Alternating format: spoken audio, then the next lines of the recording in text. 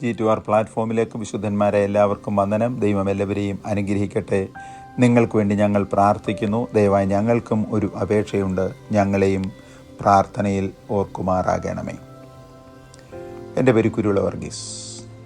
ഉൽപ്പത്തി പുസ്തകം മുതൽ വെളിപ്പാട് പുസ്തകം വരെയുള്ള വിസ്തൃതമായ വിഷയത്തെക്കുറിച്ച്, വിശാലമായ വിഷയത്തെക്കുറിച്ച് നാം വിചിന്തനം ചെയ്യുന്നതുകൊണ്ടാണ് ഈ പ്ലാറ്റ്ഫോമിന് G2R അഥവാ ഉൽപ്പത്തി പുസ്തകം മുതൽ വെളിപ്പാട് പുസ്തകം വരെ എന്നുള്ള നാമകരണം കൊടുത്തിരിക്കുന്നത്.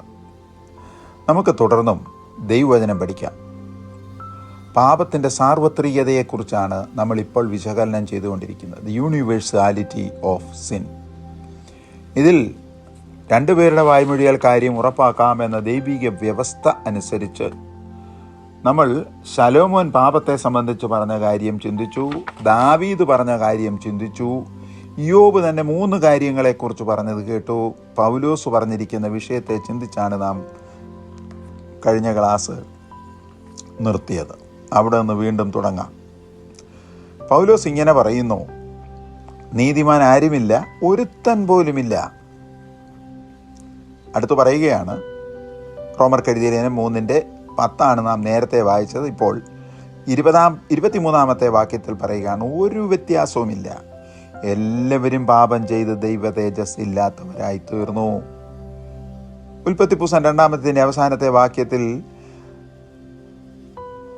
ദൈവത്തിൻ്റെ ആത്മാവിൻ്റെ പ്രേരണയാൽ, നിശ്വാസതയാൽ മോശെ എഴുതി, മനുഷ്യനും ഭാര്യയും ഇരുവരും നഗ്നരായിരുന്നു, നാണം തോന്നിയില്ല.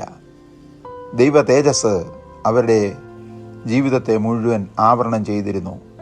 പാപം ചെയ്തു, ദൈവതേജസ് നഷ്ടപ്പെട്ടു. ആ ദൈവതേജസ് നഷ്ടപ്പെട്ട മനുഷ്യനിൽ നിന്ന് ജനിച്ചിരിക്കുന്ന എല്ലാവരും, അത് പണ്ഡിതനോ പാമരനോ വെളുത്തവനോ കറുത്തവനോ പാശ്ചാത്യനോ പൗരസ്ത്യനോ ബ്രാഹ്മണനോ ക്ഷത്രിയനോ ശൂദ്രനോ വൈശ്യനോ ആണോ പെണ്ണോ, വിദ്യാസമ്പന്നനോ വിദ്യാവിഹീനനോ, ആരായാലും ശരി, മനുഷ്യനായി ജനിച്ചവരാരെല്ലാം ഉണ്ടോ, ഒരു വ്യത്യാസവുമില്ല. എല്ലാവരും പാപത്തിൻ്റെ പിൻതലമുറക്കാരായി ദൈവ തേജസ്സില്ലാത്തവരായി ഈ ഭൂമിയിൽ ജനിച്ചു. അതുകൊണ്ടാണ് യോബ് സകലരും നഷ്ടപ്പെട്ട ദുർവർത്തമാനം കേട്ടപ്പോൾ തൻ്റെ 7 പുത്രന്മാരും 3 പുത്രിമാരും 1000കണക്കിന് മൃഗങ്ങളും ദാസീദാസന്മാരും എല്ലാം കൊള്ള ചെയ്ത് പിടിക്കപ്പെട്ടു പോയപ്പോഴും പറഞ്ഞത്, ഞാൻ നഗ്നനായി ജനിച്ചു, നഗ്നനായി ഇവിടെ നിന്ന് പോകേണ്ടി വരുമല്ലോ. പൗലോസ് തുടരുകയാണ്, ഏക മനുഷ്യനാൽ പാപവും പാപത്താൽ മരണവും ലോകത്തിൽ കടന്നു. ഇങ്ങനെ എല്ലാവരും പാപം ചെയ്യുകയാൽ മരണം സകല മനുഷ്യരിലും പരന്നിരിക്കുന്നു. റോമർക്ക് എഴുതിയ ലേഖനം 5-ാമത്തെയും 12-ാമത്തെ വാക്യം. തിരുവെഴുത്ത് എല്ലാവരെയും പാപത്തിൻ കീഴടച്ചു കളഞ്ഞു.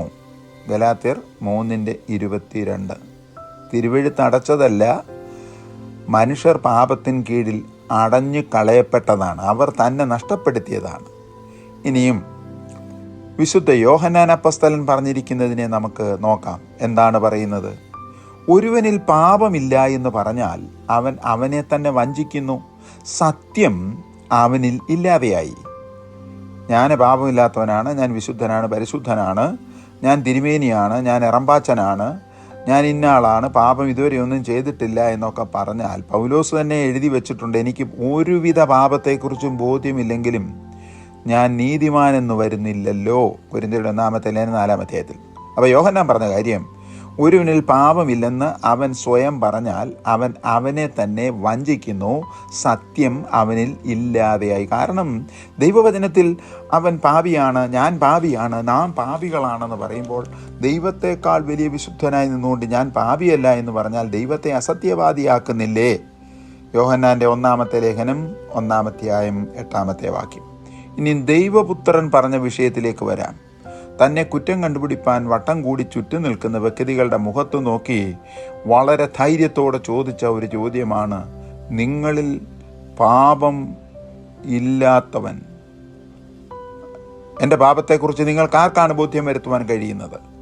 അടുത്ത് യോഹന്നാൻ്റെ സുവിശേഷം 8-ാമത്തെ അധ്യായത്തിൽ പാപം ചെയ്ത ഒരു സ്ത്രീയെ പിടിച്ചുകൊണ്ടുവന്ന് സെന്നഹെദ്രീമിലെ അംഗങ്ങൾ ഉൾപ്പെടെ കല്ലുമായി കർത്താവിൻ്റെ അടുക്കൽ വന്നു. കർത്താവിനെ പരീക്ഷിച്ചു ചോദിച്ചു, ഗുരുവേ, ഇവളെ പാപത്തിൽ വ്യഭിചാര കുറ്റത്തിൽ പിടിക്കപ്പെട്ടവളാണ്, എന്ത് ചെയ്യണം എന്ന്. കല്ലെറിയുവാൻ കല്ലും കൊണ്ടുവന്നിരിക്കുകയാണ്. എന്താ, ദൂരെ വെച്ച് കല്ലെറിഞ്ഞ് കൊല്ലുവെന്ന് വിചായിരുന്നു? കർത്താവിനെ പരീക്ഷിപ്പാൻ വന്നതാണ്. അവൻ എന്താ പറയുന്നത്? കല്ലെറിഞ്ഞ് കൊന്നുകളക എന്ന് പറഞ്ഞു കഴിഞ്ഞാൽ, അയ്യോ, കർത്താവിൻ്റെ മേൽ അവരോധിക്കപ്പെടുവാൻ പോകുന്ന കുറ്റങ്ങൾ എന്തെല്ലാമാണ്? കർത്താവ് ഉത്തരം പറഞ്ഞത് ഇങ്ങനെയാണ്: നിങ്ങളിൽ പാപമില്ലാത്തവൻ ഒന്നാമത് അവളെ കല്ലെറിയൽ ശുശ്രൂഷയുടെ ഉദ്ഘാടന കർമ്മം നിർവഹിക്കട്ടെ. ഒറ്റ പദം. ഇത് കേട്ടിട്ട് മനസ്സാക്ഷിയുടെ ആക്ഷേപം ഹേതുവായി ഓരോരുത്തൻ്റെയും ഹൃദയത്തിൽ മനസ്സാക്ഷി സംസാരിപ്പാൻ തുടങ്ങി. നീ ഇന്ന ദിവസം ഇന്നടത്ത് ഇന്ന പാപം ചെയ്തു, ഇന്നടത്ത് ഇന്നത് കൊടുക്കേണ്ടത് കൊടുക്കാതിരുന്നു, ദൈവത്തിൻ്റെ മുൻപാകെ നീ അർഹിക്കാത്ത ഒരുപാട് പാപങ്ങൾ, ക്ഷമ അർഹിക്കാത്ത പാപങ്ങൾ ഓരോന്നോരോന്നായി മുൻപിൽ തിരശീലെന്ന വണ്ണം എഴുതപ്പെട്ടത് കൊണ്ടുവന്നു. ആ മനസ്സാക്ഷിയുടെ ആക്ഷേപം നിമിത്തം ഞാൻ ഒരു കാര്യം തറപ്പിച്ചു പറയട്ടെ. കർത്താവിൻ്റെ അടുക്കൽ വന്ന വ്യക്തികളിൽ ആരെങ്കിലും കല്ലെറിഞ്ഞുവാൻ തുനിഞ്ഞ് കല്ലെറിഞ്ഞിരുന്നുവെങ്കിൽ കർത്താവ് ഹൃദയങ്ങളെയും അന്തരേന്ദ്രിയങ്ങളെയും ശോധന ചെയ്തവനാണ്. 13 കിലോമീറ്റർ നീളവും 6 കിലോമീറ്റർ വീതിയും 2 ഫർലോങ്ങോളം താഴ്ചയുമുള്ള ഗലീല കടലിൽ കിടക്കുന്ന ബഹുസഹസ്രം മീനുകളുടെ കൂട്ടത്തിൽ ഒരു മീനിൻ്റെ വയറ്റിൽ സ്വർണ്ണപ്പണമുണ്ടെന്ന് കണ്ടുപിടിച്ചവനാണിവൻ. ഇവൻ്റെ കണ്ണിൻ്റെ മുമ്പിൽ ഒന്നും മറഞ്ഞിരിക്കുന്നില്ല. നഥനയേൽ വന്നപ്പോൾ ഇതാ സാക്ഷാൽ ഇസ്രായേലിയൻ, ഇവനിൽ കളങ്കമില്ല എന്ന് പറഞ്ഞപ്പോൾ കർത്താവിനോട് അവൻ ചോദിച്ചു, കർത്താവേ, നിനക്ക് എങ്ങനെ എന്നെ അറിയാം? കർത്താവ് പറഞ്ഞു, ഇവിടെ നിന്ന് 25 കിലോമീറ്റർ ദൂരമുള്ള നിന്റെ വീടിൻ്റെ മുൻപിലെ അത്തിയുടെ വൃക്ഷത്തിൽ ഇരുന്നപ്പോൾ ഞാൻ നിന്നെ കണ്ടു. ആരോടാണ് സംസാരിപ്പാൻ വന്നിരിക്കുന്നത്? ഹല്ലേലൂയ. ഹൃദയങ്ങളെയും അന്തരേന്ദ്രിയങ്ങളെയും ശോധന ചെയ്യുന്ന, കണ്ണിൻ്റെ മുന്നിലൊന്നും മറഞ്ഞിരിക്കാത്ത വ്യക്തി.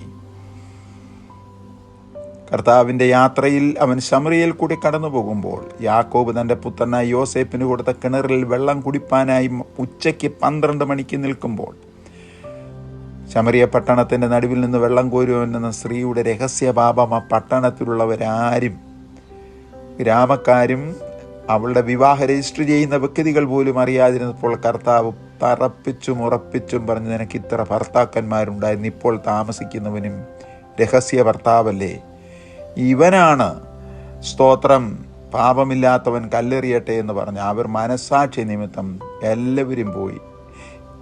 അന്യ ആളുകൾക്ക് മനസ്സാക്ഷി ഉണ്ട് കേട്ടോ.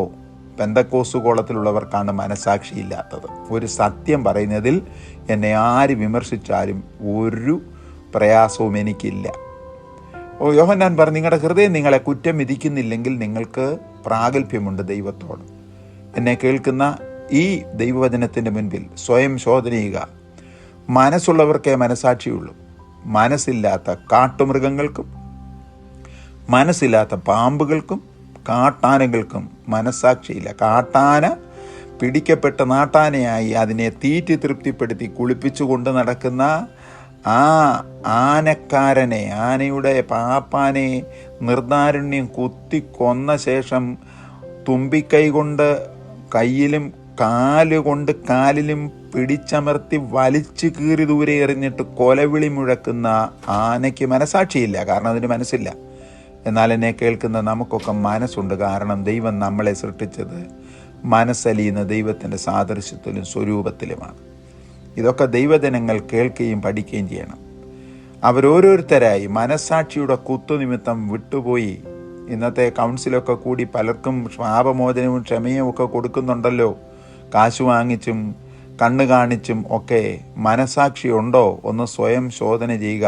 അവസാനം യേശു മാത്രവും നടുവിൽ നിൽക്കുന്ന സ്ത്രീയും മാത്രം ശേഷിച്ചു. കർത്താവ് അവിടെ പറഞ്ഞവളോട്, യോഹന്നാൻ 8-7 മുതൽ 9 വരെയുള്ള വാക്യങ്ങൾ, കർത്താവ് നിലത്ത് കുനിഞ്ഞ് എഴുതിക്കൊണ്ടിരുന്നിടത്ത് അവളുടെ മുഖത്ത് നോക്കി, സ്ത്രീ, ആര് നിന്നെ കുറ്റം വെച്ചില്ലേ?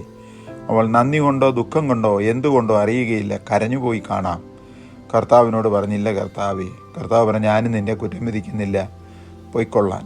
കർത്താവ് കുറ്റം വിധിച്ചാലുണ്ടല്ലോ നിമിഷങ്ങൾ കൊണ്ട് അവൾ കരിഞ്ഞ് ചാമ്പലാകുമെന്ന് വിശ്വസിക്കുന്ന ഒരു വ്യക്തിയാണ് ഞാൻ. കാരണം തഴച്ചു നിന്ന അത്തിവൃക്ഷത്തിൻ്റെ ചുവട്ടിൽ ചെന്ന് മുകളിലോട്ട് നോക്കി ആ അത്തിയെ ശപിച്ചപ്പോൾ ക്ഷണത്തിൽ അത് ഉണങ്ങിപ്പോയി.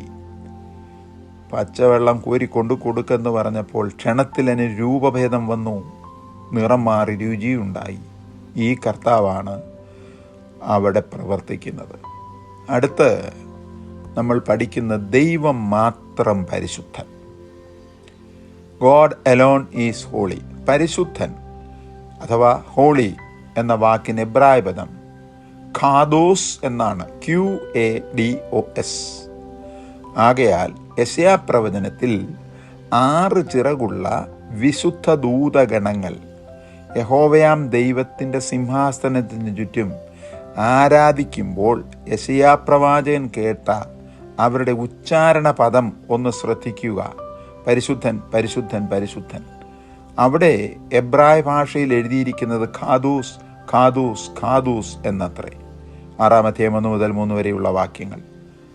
ആകയാൽ അത്രേ ഈ ദൈവം ഇസ്രായേൽ ജനത്തോട് വാഗ്ദത്ത ദേശത്തേക്കുള്ള യാത്രാമധ്യേ സീനായി മരുഭൂമിയിൽ വെച്ച്, ശ്രദ്ധിക്കണം, അവിടെ സിനിമാ തിയേറ്ററില്ല, അവിടെ വാട്സാപ്പില്ല, ഫേസ്ബുക്കില്ല, ലോകത്തിൽ യാതൊരു വിധത്തിലുമുള്ള മാലിന്യങ്ങൾ വരുത്തുവാനുള്ള സാധ്യതകളില്ല.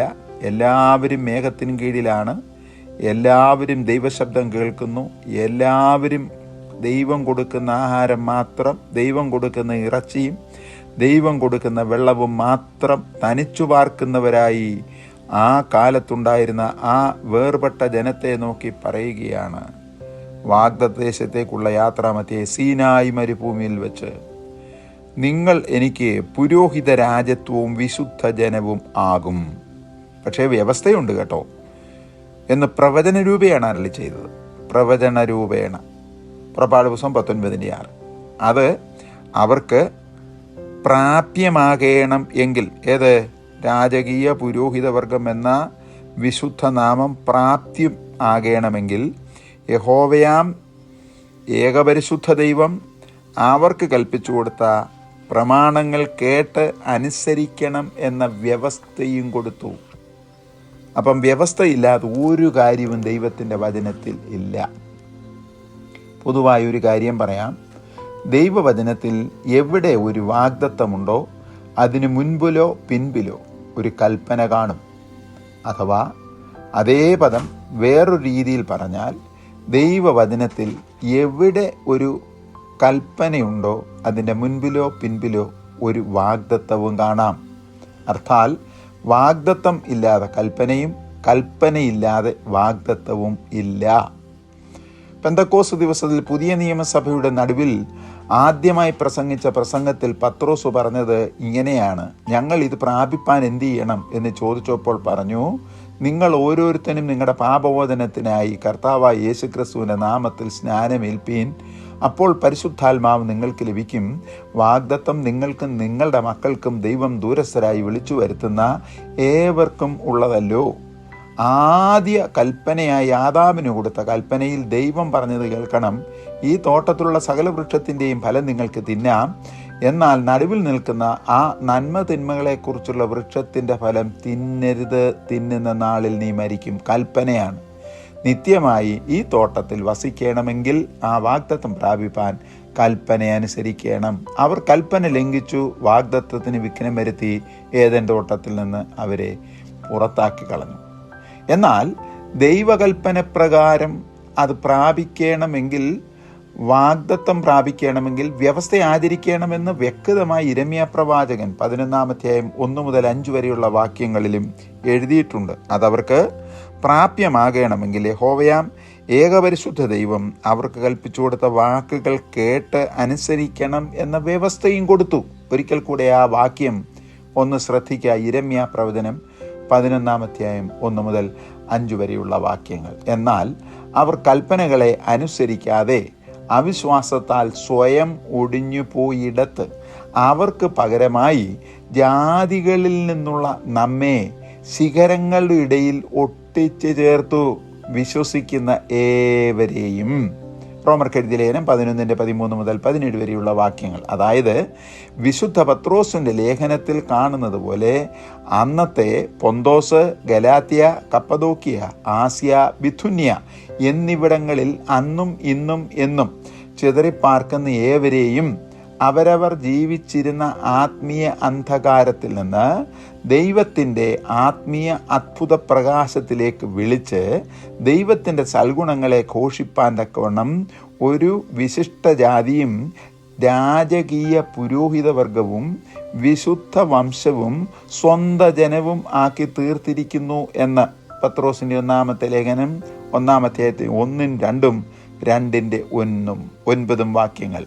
ആകയാൽ പുതിയ നിയമ സഭാവിശ്വാസികളിൽ നിന്നും ദൈവം ആവശ്യപ്പെടുന്ന ഏക ആവശ്യകത, പുതിയ നിയമ ദൈവസഭയിലെ വിശുദ്ധന്മാരിൽ നിന്നും ദൈവം ആവശ്യപ്പെടുന്ന ഏക റിക്വയർമെൻ്റ്, ആവശ്യകത, ദൈവം വിശുദ്ധൻ ആകയാൽ, കാദോസ് ആകയാൽ അവനിൽ വിശ്വസിക്കുന്നവരും വിശുദ്ധന്മാരാകണം, കാദോസ് ആകണം എന്ന് മാത്രമാകുന്നു.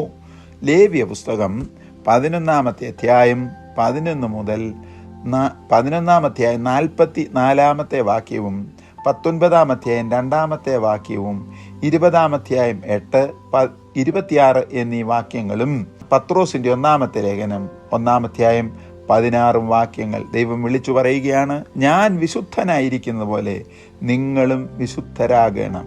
എന്താ കാരണം? എബ്രായർക്ക് എഴുതിയ ലേഖനം 12-14 എഴുതി, നമ്മുടെ പരമപ്രധാനമായ ഏക ലക്ഷ്യം ദൈവത്തെ കാണണമെന്നാണല്ലോ. വിശുദ്ധീകരണം കൂടാതെ ആരും ദൈവത്തെ കാണുന്നില്ല. പാപയാകുമെന്നുള്ളതാണ് നാം പഠിച്ചുകൊണ്ടിരിക്കുന്ന വിഷയം. പാപം ദൈവത്തോട് ശത്രുതയാകുന്നു, നീതീകരണം ദൈവത്തോട് മിത്രത്വവും ആകുന്നു. പാപമോചനം പ്രാപിക്കണമെങ്കിൽ നീതീകരണം പ്രാപിക്കണം. പഴയ നിയമത്തിൽ നാം ചിന്തിച്ച് കണ്ടായിരുന്നുവല്ലോ, 7 കൂട്ടം ആളുകൾ. ആരായാലും ശരി, പാപം അറിയാതെ ചെയ്തതിൽ നിന്ന് ക്ഷമ പ്രാപിപ്പാൻ ഒരു യാഗവസ്തുവിനെ യാഗം അർപ്പിച്ച് നീതീകരണക്കപ്പെട്ടവരായി സമാധാനത്തോടെ ഭവനത്തിൽ പോകുന്നുവെങ്കിൽ, എന്നെ കേൾക്കുന്ന വിശുദ്ധന്മാർ, രാജകീയ പുരോഹിതവർഗമാകുന്ന നമ്മൾ ഈ ദൈവകൃപയിലേക്ക് വന്നത് യുഗങ്ങൾക്ക് മുൻപ് തീരുമാനിച്ച തീരുമാനത്തിന് പ്രകാരം പാപയാഗമായി നമ്മൾക്ക് വേണ്ടി ക്രൂശിൽ മരിച്ച യേശു ക്രിസ്തു എന്ന ഏക യാഗത്തിൻ്റെ പരിണതഫലമായിട്ടാണ്. നമുക്ക് ദൈവത്തോട് നന്ദിയുള്ളവരാകാം. ആ ശുശ്രൂഷയെ തുടർകാലത്ത് ഈ ലോകത്തിൽ വർത്തമാനകാലത്തിൽ പ്രചരിപ്പിക്കുകയും പഠിപ്പിക്കുകയും ചെയ്യേണ്ടതിന് വേണ്ടി അത്രേ നമ്മളെ ദൈവം ഈ ഭാഗ്യമേറിയ പദവിയിലാക്കിയിരിക്കുന്നത് എന്ന് മറന്നു പോകരുത്. ദൈവം നമ്മളെ അനുഗ്രഹിക്കട്ടെ. ദൈവം കാദോസാണ്, നമ്മളും കാദോസുകൾ ആകുക. ദൈവത്തിന് മഹത്വം കരയറ്റിക്കൊണ്ട് ഈ ക്ലാസ് ഇന്നത്തേത് ഇവിടെ പര്യവസാനിപ്പിക്കുന്നു. പരിശുദ്ധ പിതാവേ, വചനം കേട്ടുകൊണ്ടിരിക്കുന്ന എല്ലാവരെയും അനുഗ്രഹിക്കുകയും ആശീർവദിക്കുകയും ചെയ്യണം. അറിയാതെ ഞങ്ങളുടെ ജീവിതത്തിൽ വരുന്നതായ പാപങ്ങൾക്ക് വേണ്ടി പരിഹാരമാർഗം ആയി കർത്താവ് ക്രൂശിൽ മരിച്ചതോർത്ത് സ്തോത്രം. ഞങ്ങൾ അറിഞ്ഞുകൊണ്ട് കൽപ്പന ലംഘിപ്പാൻ അനുവദിക്കാതെ വണ്ണം നടുങ്ങുവീൻ, പാപം ചെയ്യാതിരിപ്പീൻ, കിടക്കമേൽ ദൈവത്തെ ധ്യാനിപ്പീൻ എന്ന് ദാവീദ് പറഞ്ഞ വചനം ഓർത്ത് ദൈവത്തെ സ്തുതിക്കുന്നു. ഞങ്ങളും പാപം ചെയ്യാതെ ഞങ്ങളെ തന്നെ സൂക്ഷിപ്പാൻ കൃപ തരണം. ഒരിക്കൽ കൂടെ അടിയങ്ങളെ തിരുസന്നിധിയിൽ സമർപ്പിച്ചുകൊണ്ട് അങ്ങയുടെ ഏകജാതൻ്റെ നാമത്തിൽ പ്രാർത്ഥിക്കുന്നു, കേൾക്കുമാറാകണമേ.